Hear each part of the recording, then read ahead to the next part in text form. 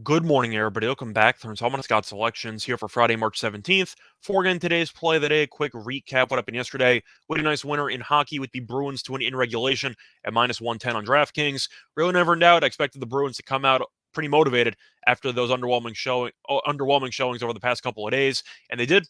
The Bruins did not give up a single goal. They won the game 3-0. Never in doubt. Look for another winner here on Friday. And for today's play of the day, going to pivot to tennis. And we're going to look at the women's side at the semifinal matchup in Indian Wells between Rybakina and Swiatek. And for this match, we're going to take the under 21.5 games at minus 125 on Bet365. Time recording of 12:30 a.m. Eastern Time. Covering why I'm going to take the under in this match. First reason, shopping around minus 125 is actually a very good deal. You can find under 21.5 games at minus 145 on DraftKings. It's even minus 155 on BetMGM. So you're saving 20 to 30 cents just by shopping around, which I'll gladly do every single time.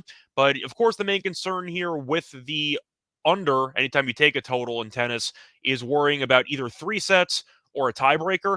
And I'm going to focus on the tiebreaker for a second. So I do think a tiebreak is very unlikely in this matchup, and based on the odds, that definitely seems to be the case because no tiebreaker in this match is roughly minus 330.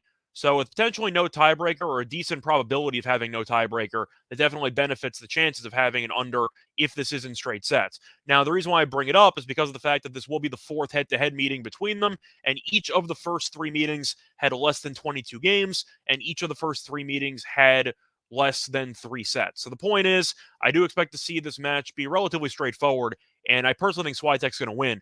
But you're looking at Swiatek's recent form. We know that she's been the best female player in the world for over a year at this point, and she's been amazing so far in 2023. But to go through her last handful of matches, a lot of them have ended really quickly, and Swiatek's usually been on the right side of them.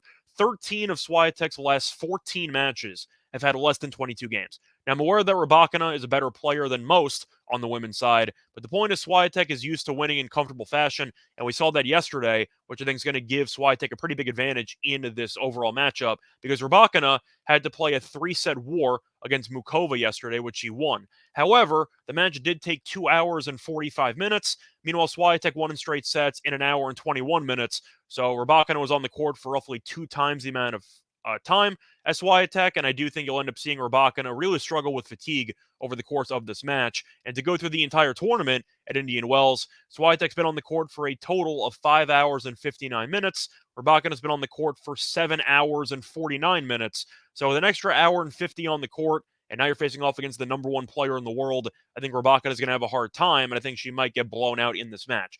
Now, the reason why I'm taking the under instead of Swiatek 2-0 is because they're the exact same price, and I do think it's a little bit weird, especially since Rybakina did beat Swiatek in straight sets in the Australian Open. And I do think you'll end up seeing a long shot possibility of Rybakina maybe winning this match 6-4, 6-4, or something like that.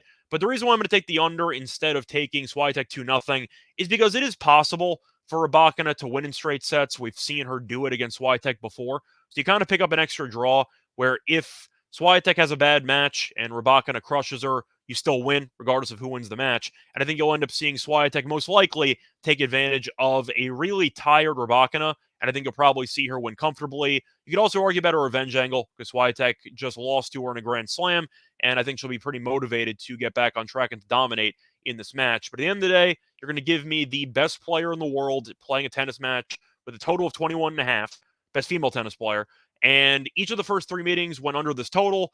13 of her last 14 matches went under this total, and you're saving 20 cents by shopping around. I think it's a great deal. I think Swiatek probably wins in dominant fashion, maybe a 6-3, 6-4 type of match, but I'll play it safe and I'll take the under 21.5 games. Play that once again here for Friday, March 17th is going to be on Rybakina and Swiatek under 21.5 games and minus 125 on Bet365. Bye, everyone.